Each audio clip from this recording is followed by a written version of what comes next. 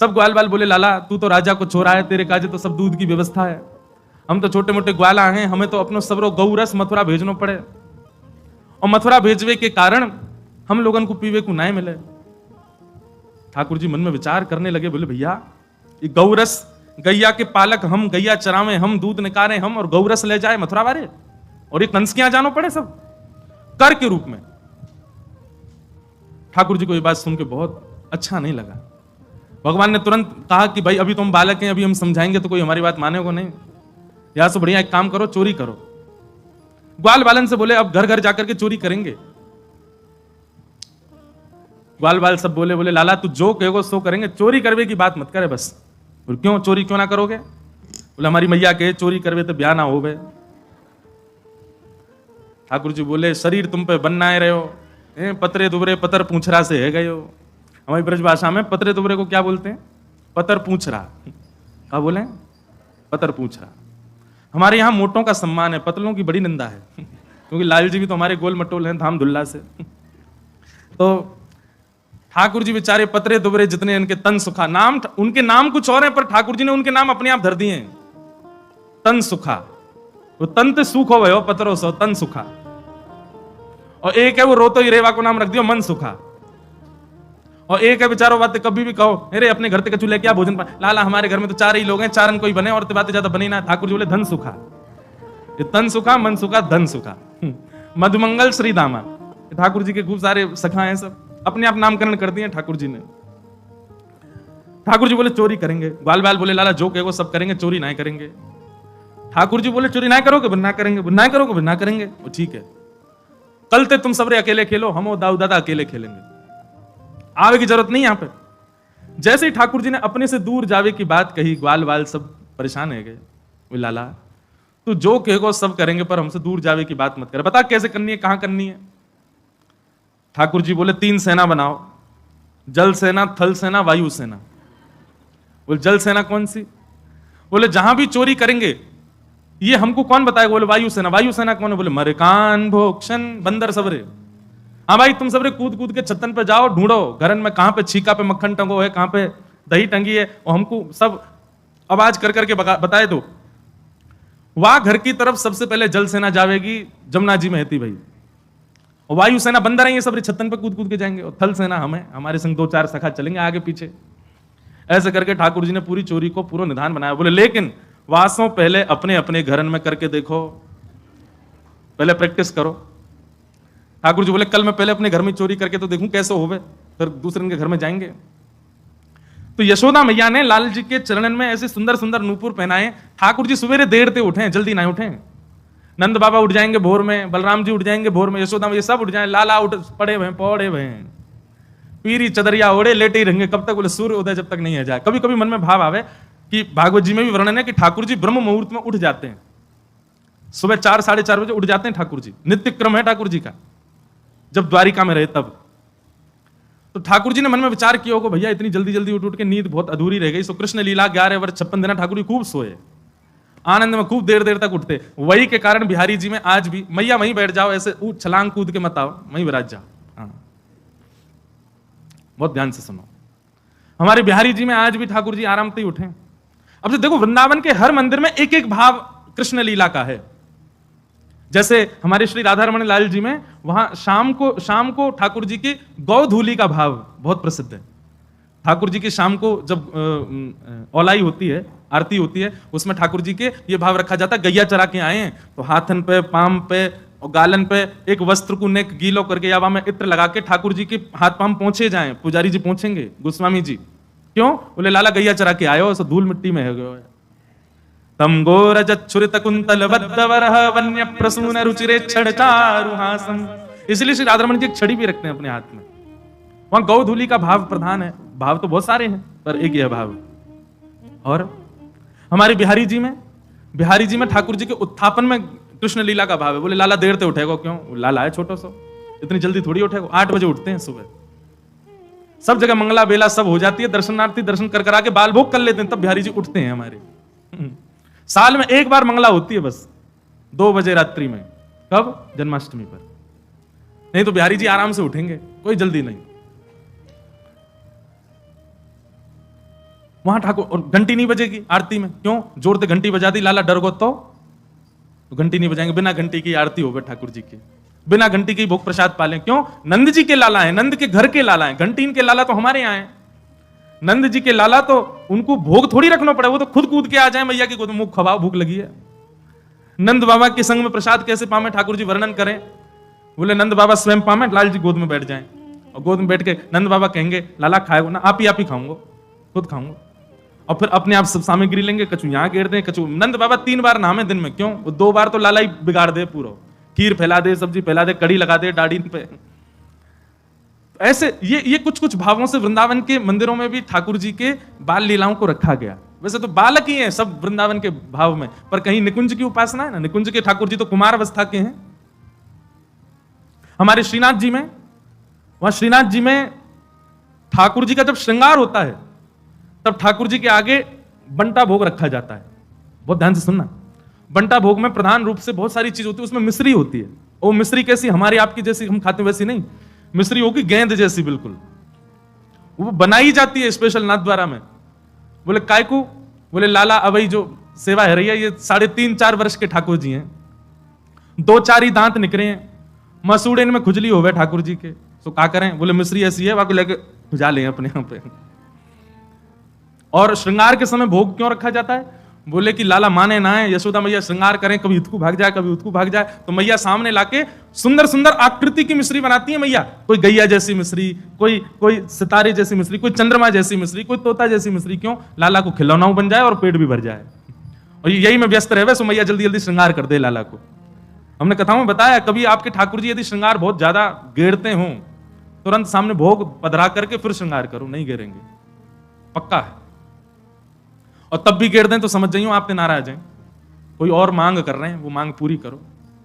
और जिनके ठाकुर जी श्रृंगार नहीं गे रहे हैं, जिनके ठाकुर जी कछु हरकतें ही नहीं कर रहे हैं, सोचो ठाकुर जी बहुत ही ज्यादा नाराज हैं। हरकत कर रहे हैं तो इतना मान लो कि हाँ कम से कम चाह तो रहे हैं कि हम सुधार करें। कभी श्रृंगार नहीं गिरते, कभी उछलते नहीं, कभी कूदते नहीं अपने सिंहासन से, कभी हाथ पे फिसलते नहीं, समझो लाल जी बहुत ज्यादा ही नाराज है, बड़े व्यवस्थित रहते हैं। तो लाल जी के चरणों में यशोदा मैया ने छोटे छोटे नूपुर पहनाए हैं। क्यों? क्योंकि सुबह तो मैया तो चली जाए अपने कार्यान में, अब बार बार आवे बेचारी मैया, आके देखे लाला उठो कि नहीं उठो, उठो कि नहीं उठो। मैया को लगे मेरे काम में बड़ो व्यवधान हो, ऐसा कहा करूं मुझको पता चल जाए करे कब उठो। तो ठाकुर जी के पैरन में ऐसी पायल पहनाई मैया ने, जैसे ही ठाकुर जी उठे सोई नूपुर की आवाज आ जाए, मैया दौड़ के आवे तुरंत लाला के पास। आज ठाकुर जी सुबह उठे और पहले ही अपने पावन ने देखने लगे, बोले नूपुर बजे और मैया आई। सो कहा करें, तो दोनों हाथन से अपनो पाम पकड़ करके ठाकुर जी बिस्तर से उतर रहे हैं और नूपुरन को पकड़ करके ठाकुर जी ऐसे ही चल रहे हैं जैसे कोई जीव चले ना, दोनों हाथ दोनों पैरन से। ऐसे ही ठाकुर जी ने दोनों हाथन से अपने पाम पकड़ लिए और पावन के नूपुरन को दबा करके कि स्वर नहीं निकले, इधर देखो सब लोग, और ठाकुर जी ऐसे ही चलते हुए जा रहे हैं। धीमे धीमे चलते कहां जा रहे हैं? जहां गौरस रखा है, दूध घी दही मक्खन आदि सब भंडार रखा है, वहीं पहुंच गए ठाकुर जी। और जैसे ही पहुंच करके भगवान ने कि वाह भैया आज चलो प्रैक्टिस करें चोरी कैसे करी जाए। पहलो पड़ाव तो पूरा हो गया, ठाकुर जी पहुंच गए और वहां पहुंच करके गौरस मटका खोल करके प्रेम से वामे से मक्खन घी आदि निकाल करके पान लगे। और जैसे ही ठाकुर जी ने पानो प्रारंभ कियो, इतने में यशोदा मैया को नियम है एक देर में जाके देखें कि लाला उठो कि नहीं। यशोदा मैया दौड़ करके गई, जाके देखो लाला उठो कि नहीं, देखी तो महाराज मां तो बिस्तर पे, लाल जी है ही नहीं। अब तो मैया घबरा गई, लाला कहां चलोगे? नूपुरन की आवाज नहीं आई मुंह को। मैया जैसी नेक दूर गई, गौरस भंडार में एक बार झांक करके देखो तो महाराज भीतर लाल जी तो प्रेम से एक मटका में से बढ़िया मक्खन निकाल करके प्रेम से पा रहे हैं, भोग लगा रहे हैं। यशोदा मैया पीछे खड़े खड़े देख रही है और अचानक से बोली लाला। अब जैसे ही मैया की आवाज सुनी ठाकुर जी घबरा के मटका पटका तो सब इधर उधर रह गए। हाँ मैया खा कर रो कछुना मैया? बोले मैंने तेरी बात सुनी ठाकुर जी अपने प्रतिबिंब से। हाँ ये तो लीला बताई नहीं, प्रतिबिंब से बात कर रहे हैं भीतर ही, थंब में लगी मणि में ठाकुर जी अपने रूप को देख रहे हैं और माखन खाते खाते जैसे ही अपना प्रतिबिंब देखो, अपने प्रतिबिंब को देखो, अच्छा तू भी आयो चोरी करवे। ठाकुर जी को लगी ये भी कोई ग्वाला है, चोरी आज सब चोरी कर रहे हैं अपने अपने घर में, तुझे भी आयो है। दारी के चुपचाप खाई लियो, कहीं मैया को अगर पता चल गई ना बहुत मारेगी। और सुन, नेक अपनी मटकी में तो मोकू खवाई दियो। अब ये वार्ता ठाकुर जी अपने प्रतिबिंब से कर रहे हैं। अब देखो विस्मृति की हद, कितना भूल चुके हैं ठाकुर जी की मैं परब्रह्म हूं। अपने प्रतिबिंब से एक बालक भी अपने प्रतिबिंब, कभी देखा बालक को प्रतिबिंब में देखते हुए? वो अपने आप को देख करके कभी कभी आनंदित हो जाता है। और बालक तो कहा, वृंदावन में जो रहते होंगे उनने कभी देखो, बंदर कभी अपने आप को देखे प्रतिबिंब, तब देखो बंदर जब अपने आप को देखे प्रतिबिंब मतलब शीशा में, तब देखो। हमारे घर में ऊपर खिड़कियों में शीशे लगे हैं तो उसमें क्या बाहर से अपना रूप दिखता है। कभी कभी बंदर आते हैं तो अपने आप को देखते हैं और देख करके फिर अपने ऊपर ही घुर्राते हैं और अपने ऊपर ही घुर्रा करके खुद ही हाथ मारेंगे और फिर दूर जाएंगे, फिर दूर से दौड़ के आएंगे। कई बार तो मूड मार लेते हैं अपने। ऐसे ही ठाकुर जी अपने प्रतिबिंब को पहचान नहीं पा रहे हैं, अपने प्रतिबिंब से ही चर्चा कर रहे हैं। सूरदास जी का उसके भाव में एक एक लीला का पद सूरदास जी ने गाया है, धन्य है। और सुनो, एक लीला का एक पद नहीं गाया है, एक ही लीला के 5 पद गाए, 5 में अलग अलग भाव गाए सूरदास जी। अद्भुत थे सूरदास जी की कृति। तो ठाकुर जी अपने प्रतिबिंब से बात कर रहे थे, बोले चोरी कर ले नहीं तो मैया बहुत मारेगी, चुपचाप चलो जाइयो। इतने में पीछे मैया आ गई, मैया ने आकर के सुन ली। बोले अच्छा लाला। ठाकुर जी तो घबरा गए। हाँ मैया, कहां करे ये चोरी कर रहो? ना ना मैया चोरी ना कर रहो। मैया आई तो फिर क्या कर रहे हो? बोले चोर घुसे आओ घर में, या को भगा रहा हूं मैया। देख सामने अपने प्रतिबिंब को दिखा करके कह रहे मैया देख चोर घुसे आए हो, और देख मैया मेरे जैसो ही मोर पीछ लगा रखो, मेरी जैसी पीताम्बरी पहन रखी है और मेरो जैसो ही सांवरो है, और मैया जी चोरी कर रहा हूं मैं तो, या को भगा रहा हूं, भग जा नहीं तो तारी मैया मारेगी तो है। जैसे ही मैया पीछे आके खड़ी हुई तो वहां भी मैया का प्रतिबिंब दिखने लगा। ठाकुर जी बोले मैया देख या की मैया वो आ गई। मैया ने कान पकड़ करके कही, बोले लाला जे तेरो ही प्रतिबिंब है, जे तेरो ही स्वरूप है, बात बना रहा हूं यहां खड़ो खड़ो, जे कोई और नहीं है, जे तू ही है, और यहाँ के पीछे की मैया भी कोई और नहीं, मैं ही हूं। ठाकुर जी तुरंत बोले अच्छा मैया तेने बताई ना, देख कितना मलूक लग रहा हूं मैं तो, मैया मेरा रूप कितना सुंदर। मैया बोली लाला वो सब बात छोड़, तू एक बात बता, तू कर कहा रहा हूं यहाँ पे? चोरी कर रहा हूं? ना मैया चोरी, तेरी सौगन चोरी तो ना करूं मैं। मैया मैं चोरी करूंगा? ऐसी भोरी मेरी मैया, ऐसे संस्कार मेरी मैया ने दी, मैं चोरी करूंगा? ना है मैया मैं चोरी ना कर रहा हूं। तो क्या कर रहा हो जो तेरे हाथन में माखन काई को लगा? ठाकुर जी बोले मैया तेने मेरे हाथ में पद्म राख के अच्छा ठाकुर जी की बात पटुता बड़ी बढ़िया है, नेक में ही बात बनाते हैं। अच्छा कई लोग कहेंगे कि भगवान झूठ बोल रहे हैं, भगवान जो सत्य स्वरूप है वो झूठ क्यों बोल रहे हैं? ये प्रेम है, ये झूठ नहीं है, ये असत्य नहीं है, ये प्रेम है। और ऐसी प्रेम की चर्चाओं में कितने बालकों से झूठ ही बोला जाता है, बालकों से सत्य कौन बोलता है?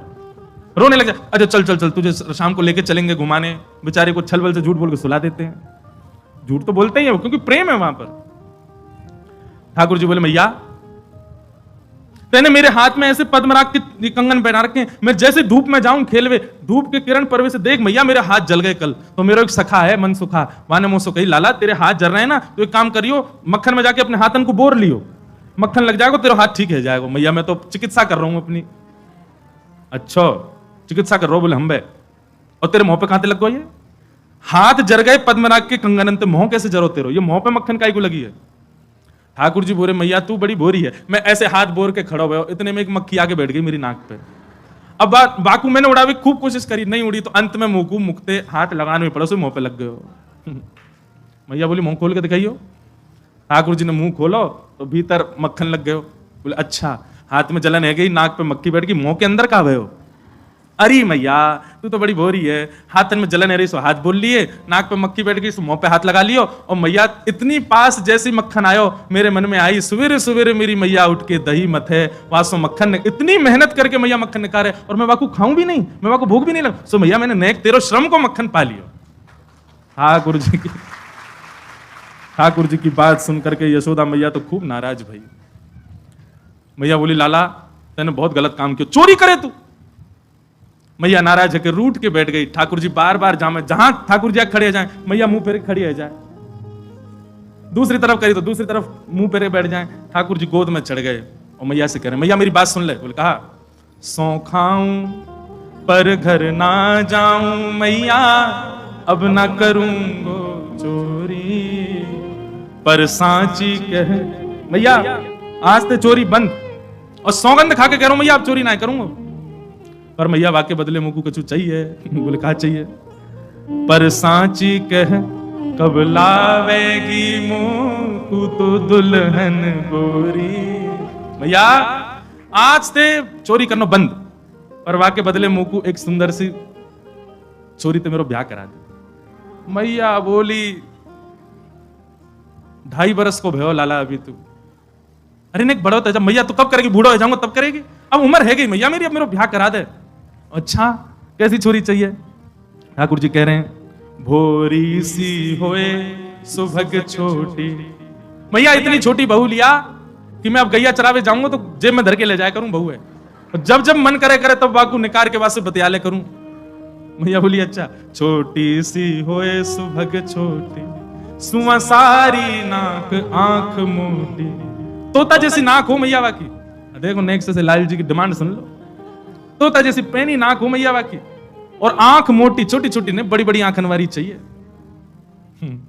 छोटी सी होए सुभग भोरी सी होए सुभग छोटी, सुआ सारी नाक आंख मोटी। और मैया कैसी होए? बोले जब अंगना में घूमो करे ना, और जैसे ही तोय देख ले तो तोते छिपाए मुख घूंघट में मुस्का जाए थोड़ी थोड़ी। मैया तो देख करके घूंघट करके डोले करे, और सब जगह ऐसी ऐसी फिरकनी सी घूमे करे। मैया बोली अच्छा ठीक है लाला तेरो ब्याह करा दूंगी। अब तो मैया ने गलती से कह दी तेरो ब्याह करा दूंगी। ठाकुर जी तो पीछे ही पड़ गए, बोले मैया अब ही करा, अब ही करा, आ जाइए। मैया एक बात तो समझाऊं। बोले कहा मैं जब ब्याह करवे जाऊंगा ना, बलदाऊ संग न ले जाऊं। काय को दाऊ दादा काय को ना लेके जाओ? अरे मैया मैं सांवरो और जिगोरो, कहीं बहू ने या को मुख देख लियो और बाकी मन में आ गई मैं तो गोरे ते करूंगी ब्याह, और कहीं मेरे गले में बरमाला डलते डलते दाऊ दादा के डाल दी तो मैया मैं तो बहुत रोऊंगा, मैं तो बहुत परेशान होऊंगा। मैया एक बात तो समझाऊं, बलदाऊ संग न ले जाऊं। मोए गोरो दुल्हा बनाए दी जो कहूं, हंसे न वहां की छोरी, पर सांची कह कब लावेगी मुंह तू दुल्हन गोरी। मैया एक बात मेरी और सुन ले। बोले कहा गोपिन पे मंगल गवाए दे।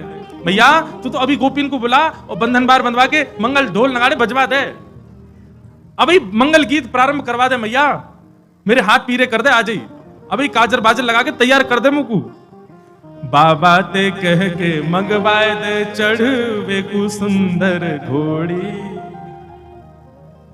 नेक्स्ट से लाल जी की बात सुनकर के यशोदा मैया के नेत्र सजल होते हैं और बार बार अपने हृदय से अंक में भर करके विधाता को कहते हैं विधाता मेरो लाला सदैव ऐसे राजी रहे, मेरे हृदय से ही लगो रहे, कभी मुझसे दूर नहीं जाए। यशोदा तेरे भाग्य की कही ना जाए। कैसा सौभाग्य है यशोदा मैया को, नंद नंदन श्री कृष्ण अपनी प्रभुता भूल करके यशोदा मैया को सुख प्रदान कर रहे हैं।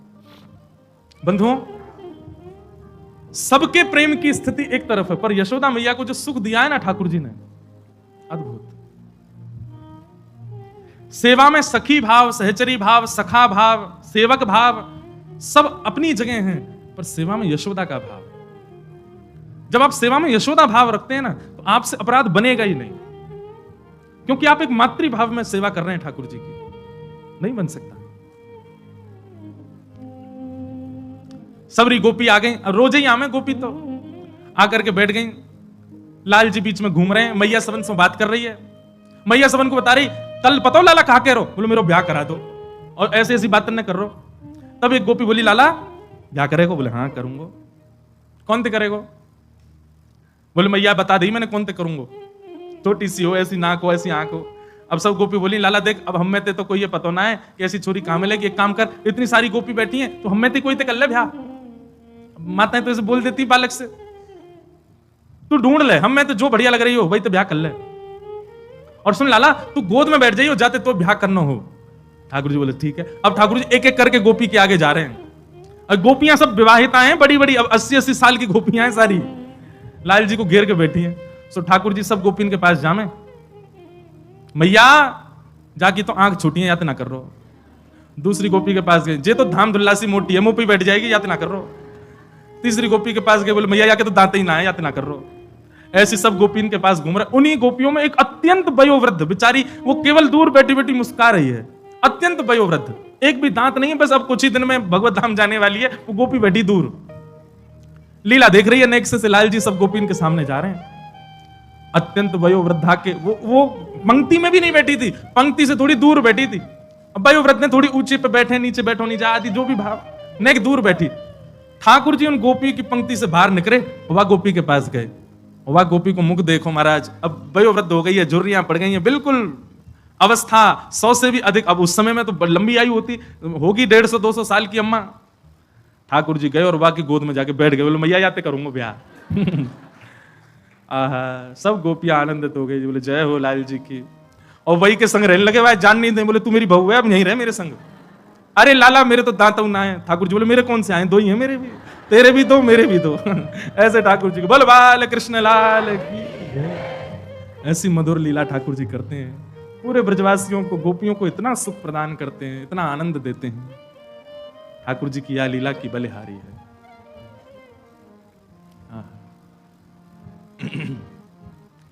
घर घर जाके ठाकुर जी चोरी करें। एक बहुत अच्छा पद है, छोटो सो कन्हैया आया के बड़े बड़े ने यमुना जी के पार जाके थाड़ो मारे से। कल गाएंगे, हाँ एक बार सबके संग बैठ के एक बार तैयार कर लें, फिर गाएंगे। हे बजाए गयोरी मेरे अंगना में बंसी बजाए गयोरी, छोटो सो कन्हैया आके बड़े ने यमुना जी के तीर जाके थारो मारे से। सैन को मतलब कार्य, सैन को मतलब